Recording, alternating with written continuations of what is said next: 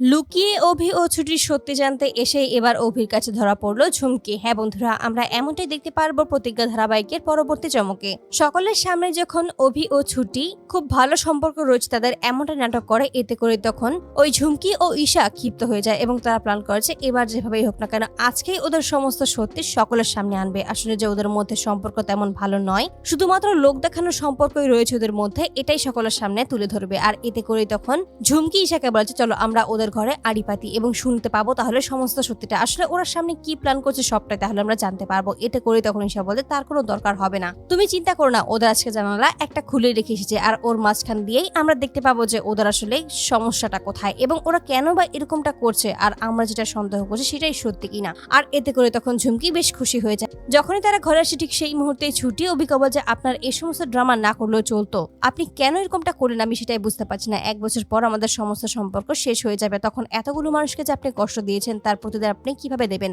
আর এতে করে তখন অভি বলে যে সে সমস্ত না হয় আমার উপরে ছেড়ে দিন, এই সমস্ত ব্যাপার নিয়ে আপনাকে একদম ভাবতে হবে না। আর আপনি জানালা কেন খোলা রেখেছেন? আর এতে করে তখন স্পষ্ট করে ছুটি জানিয়ে দেয় যে আমি এটা খুলিনি। আর এতে করে তখন অভি বলছে তার মানে কে খুলেছিল, এখানে কি ভূত এসেছিল? আর ঠিক সেই মুহূর্তে মনে পড়ছে আসলে এই সমস্তটা ওই ঝুমকির আবার কাজ নয় তো, নিশ্চয়ই ওদের সমস্ত সত্যি জানার জন্য এবং সত্যিটা সকলের সামনে ফাঁস করার জন্যই এই সমস্ত প্ল্যান করেছে। তবে এটা তো কোনোভাবেই সঠিকভাবে হতে দেওয়া যাবে না, তাই এবার আমাকে যা যা করতে হয় সেই সমস্ত কাজ এবার আমিই করব।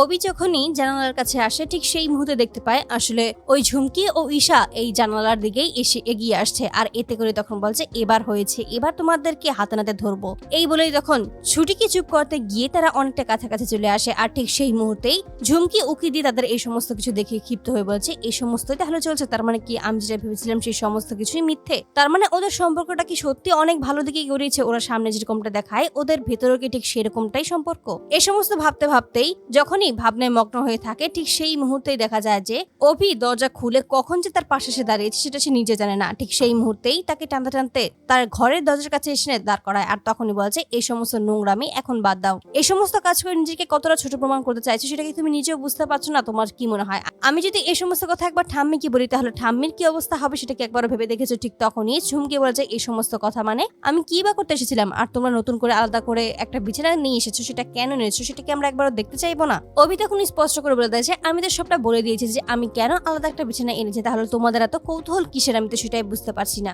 ঠিক তখনই এভাবেই কড়া ভাবে শাসিয়ে দেয় যে এরপর থেকে তুমি আমাদের ঘরের আশেপাশে আসবে না, তাহলে কিন্তু সত্যি খুব খারাপ হয়ে যাবে। এই বলে তখন তাকে স্পষ্ট ভাষা জানিয়ে দেয় যে ছুটি আমার স্ত্রী, তাই আমাদের মাঝখানে কিন্তু সেরকম সম্পর্কই রয়েছে। তোমরা যে সম্পর্কটাকে সকলের সামনে খারাপ প্রমাণ করার চেষ্টা করছো এবং তোমরা এটা ভাবছো যে আমরা যে সমস্ত কাজ করছি এবং সকলের সামনে যেরকম সম্পর্ক নিয়ে ঘুরছি আমরা সেরকম নই, তাহলে তুমি সব থেকে বড় ভুল করছো। তাহলে এর থেকে খুব খারাপ হবে তোমার সাথে। আজকে তো শুধুমাত্র আমি তোমাকে হাতে নাতে ধরেছি, কিন্তু এরপরের বার আমি কঠিন পদক্ষেপ নিতে বাধ্য হব, তাই তুমি নিজে সাবধানে থেকো। এই সমস্ত বলেই করা হুঁশিয়ারি জানিয়ে দেয় ওই ঝুমকিকে। আর এই সমস্ত কিছুই অবাক হয়ে তাকিয়ে থাকে ছুটি অভির দিকে যে সত্যি এটা কিভাবে অভি বুঝতে পারলো যে এখানে আসলে এই সমস্ত কাজ ঝুমকি করেছে, কিন্তু ঝুমকি এই সমস্ত কাজ কেন করবে ছুটি সেটাই বুঝে পায় না। তো বন্ধুরা তোমরা কি চাও না এবার এইভাবেই লুকিয়ে অভি ও ছুটির সত্যি জানতে এসে যেন এবার অভির কাছে ধরা পড়ে ঝুমকি? অবশ্যই তোমরা তোমাদের মতামত কমেন্ট বক্সে জানতে ভুলবে না। ধন্যবাদ।